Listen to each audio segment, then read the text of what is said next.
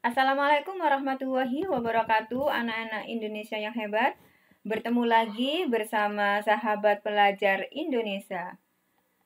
Kali ini saya akan menjelaskan materi berkaitan dengan majas. Simak baik-baik ya. Sebelumnya, yuk kita mulai kegiatan hari ini dengan membaca basmalah. Semoga Allah senantiasa memberikan kita kemudahan dan keberkahan selama kita menuntut ilmu hari ini. Ya, Bismillahirrahmanirrahim. Terima kasih. Apa itu majas? Menurut Kamus Besar Bahasa Indonesia, bahwa majas itu dituliskan sebagai cara melukiskan sesuatu dengan jalan menyamakannya dengan sesuatu yang lain. Ya, atau dalam kata lain dituliskan sebagai kiasan. Sehingga saya bisa menyimpulkan ya, membuat pengertian yang lain bahwa majas yang biasanya disebut dengan gaya bahasa itu biasanya digunakan untuk membuat tulisan, cerpen ataupun puisi agar indah. Nah, karena di sini adalah untuk melukiskan sesuatu, ya, menyamakan sesuatu, dan biasanya dengan majas, ya, sebuah karya itu akan terlihat indah. Ya, maka saya menuliskan bahwa majas ini digunakan untuk membuat tulisan. Biasanya kita bisa melihat contoh-contoh majas itu di dalam karya cerpen atau karya puisi. Di dua karya ini kita akan banyak menjumpai contoh-contoh dari majas. Berikutnya, sebentar. Oke. Macam-macam majas. Pada kesempatan kali ini saya akan menerangkan 7 macam majas ya. Yang pertama personifikasi, yang kedua metafora, kemudian hiperbola, ironi, litotes, asosiasi atau simile, atau perumpamaan, dan yang terakhir adalah metonimia. Kita simak baik-baik ya. Personifikasi. Personifikasi ini merupakan gaya bahasa atau majas yang digunakan untuk menggantikan tingkah laku manusia. Contoh pada kalimat di bawah ini. Daun kelapa melambai-lambai ke arahku. Nah, di sini ada kata ya, kata melambai-lambai ini untuk menggantikan tingkah laku manusia. Padahal ini yang bertingkah siapa? Daun kelapa. Nah, contoh yang kedua, pensilku menari-nari. Padahal yang bisa menari-nari itu adalah manusia.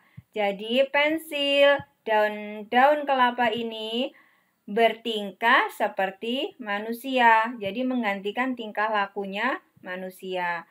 Maka kedua majas ini dinamakan personifikasi karena bertingkah layaknya manusia. Selanjutnya, majas metafora. Nah, gaya bahasa ini digunakan untuk membandingkan dua hal yang memiliki persamaan sifat. Contoh, gudang ilmu. Nah, gudang ilmu ini untuk menggantikan, memetaforkan perpustakaan. Karena sifatnya sama, yaitu sebagai penyimpan ilmu. Jadi gudangnya ilmu, itu perpustakaan. Biasanya kalau di bahasa metaforanya, bahasa majasnya adalah gudang ilmu. Contoh majas metafora berikutnya adalah si jago merah. Si jago merah ini untuk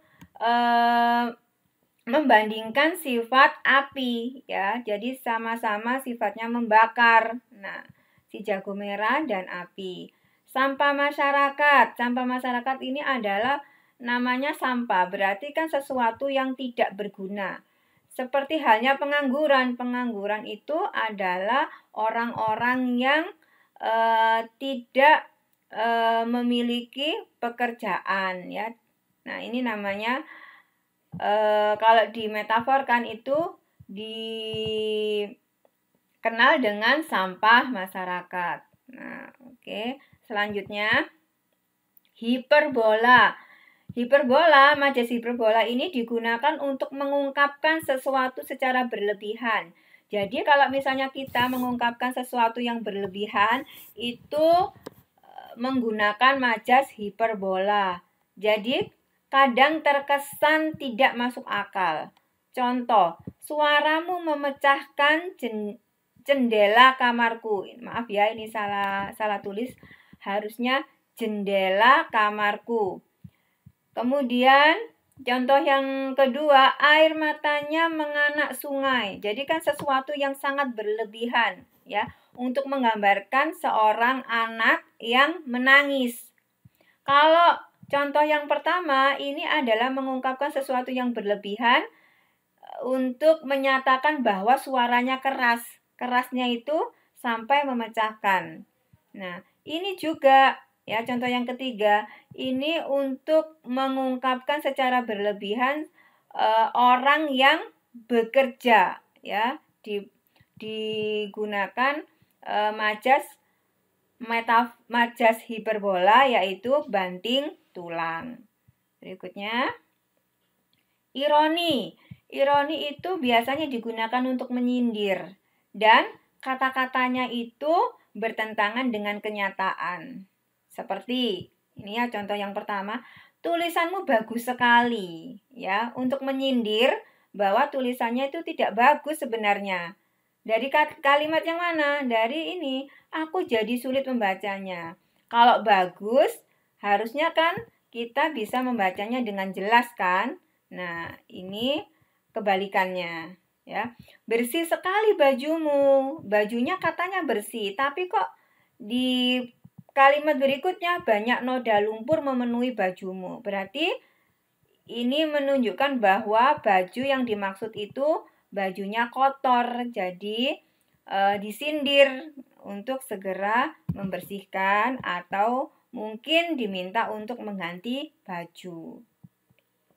Selanjutnya, litotes. Nah, litotes ini digunakan untuk merendahkan diri sehingga tidak sesuai dengan kenyataan yang ada. Contoh yang pertama, kalau ada waktu luang silakan mampir ke gubuk kami di Pakuwon City. Gubuk itu biasanya identik dengan rumah yang jelek, yang kumuh gitu kan. Tetapi ini ditentangkan dengan kenyataan. Pakuwon City itu adalah sebuah komplek perumahan mewah. Nah, ini merupakan ungkapan yang merendahkan diri. Contoh kedua, silakan dinikmati hidangan ala kadarnya ini. Ala kadarnya ini ditentangkan dengan hanya ada pizza. Berarti kan yang menyatakan atau yang berbicara ini, nah, tidak sesuai dengan kenyataannya. Kalau ala kadarnya itu kan harusnya sesuatu yang biasa. Nah, ini padahal yang ditulis di sini adalah hanya ada pizza. Berarti tidak biasa, tidak sesuai dengan kenyataannya. Selanjutnya, asosiasi atau simile.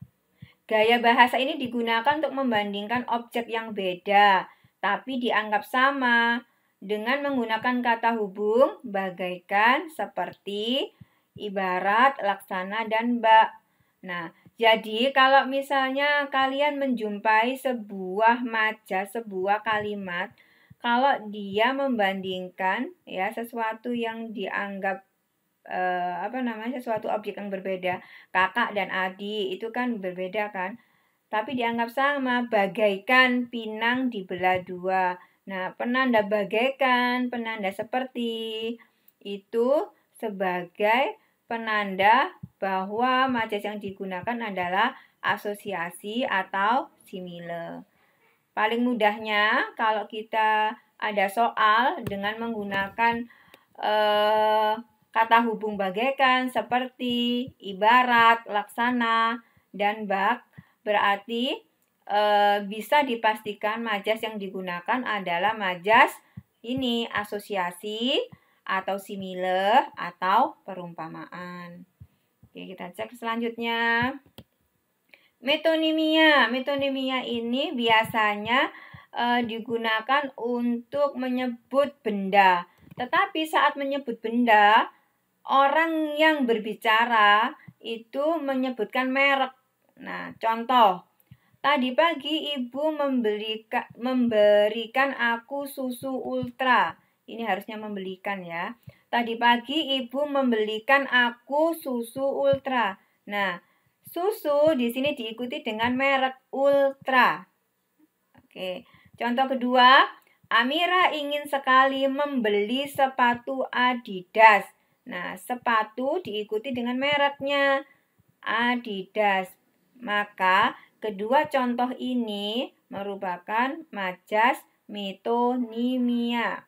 Oke, maaf ya, ini harusnya membelikan. Oke, usah dilanjutkan.